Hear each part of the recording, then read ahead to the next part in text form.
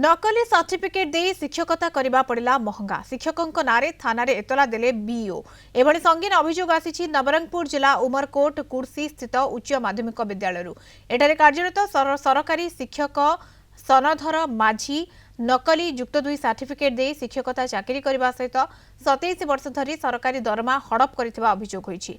सहकारी शिक्षक सनधर माझी शिक्षा विभाग को निज शिक्षागत प्रमाणपत्र प्रदान समय कर्नाटक हुबुड़ी ठारे बोर्ड ऑफ सेकेंडरी एजुकेशन युक्त 2 शिक्षागत प्रमाणपत्र दाखल करथिले।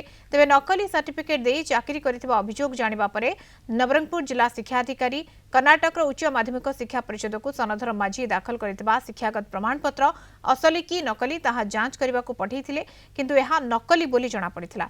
एने सनधर माझी नारे थाना रे एतला देबाकू जिला शिक्षाधिकारी ब्लॉक शिक्षाधिकारी को निर्देश देथिले। तेबे घटना संपर्क में गोष्ठी शिक्षा अधिकारी कौन प्रतिक्रिया देना। अनेपटे जदि नकली सर्टिफिकेट दे शिक्षा विभाग रे चाकरी करिसेंती तांको प्रति दृढ़ कार्यानुष्ठान ग्रहण कराजिबो बोली कहिसेंती गणशिक्षा मंत्री नित्यानंद गंड। जे भी जदि प्रकृत रे जे माने भी फेक सर्टिफिकेट रे जदि केही भी जदि चाकरी करूछंती निश्चय तांको नियम अनुसार तांको प्रति कार्यानुष्ठान हबो। ये सरकार रे जीरो टॉलरेंस अछि। आ जे भी एभली कार्य करुछि तांको निश्चय एमिति अनेक जते बेले भी जहार भी फेक सर्टिफिकेट धरा पड़ी सेते बेले ता प्रति कार्यानुष्ठान नियम अनुसार जहाँ भी अछि।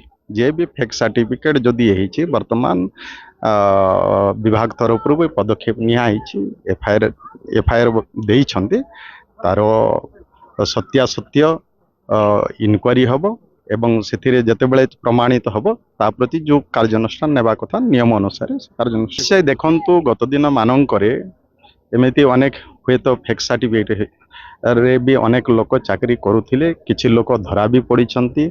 आउ आगामी दिन रे भी अनेक लोक जितेबले ये सब जदि आसीबो लोकलोचन को जितेबले जना पड़िबो जे फेक सर्टिफिकेट रे आउ भी केही जदि चाकरी करुछंती तांको प्रति निश्चय कार्यानुष्ठान हो।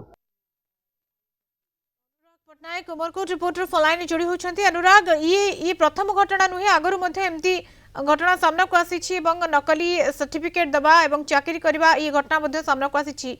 ये गोटे घटना ना आउ मध्य थाई पारे से नेकी कोन कुआ जाउची एवं केबेठू 27 वर्ष धरि की से चाकरी रहिथिले? देखो जो नवरंगपुर जिले में दीर्घ किसी दिन 27 वर्ष जड़े सरकारी चाकरी भाव कार्यरत नियत थे, कि घटना जो सामना को आसला जड़े व्यक्ति जो नाम गोपन कर खबर जो राष्ट्रपति को कि राज्यपाल को मुख्यमंत्री जो जनई घटना विषय जड़े जानी जाना पर जो इनक्वारी आरंभ होता इनक्वारी आरंभ है जो डीओ को डीओ जो जाना पाइले नकली सर्टिफिकेट दे चाकरी कर जो डीओ जो जाते जो घटना तदंत करते जो सर्टिफिकेट ओरिजिनल डुप्लिकेट जहाँ जाना जो डुप्लिकेट जाना पाइले डीओ जो घटना गुरुत्व सह नहीं जो डीओ पुलिस थाना जो एफआईआर देते एफआईआर को एफआईआर पूर्वर विभिन्न समय नकली शिक्षक नियुक्ति पाई जो खबर आसला जो खबर आसा डीओ जिला प्रशासन विभिन्न समय डीओ ऑफिस कार्यालय ठारे सर्टिफिकेट जांच कराला।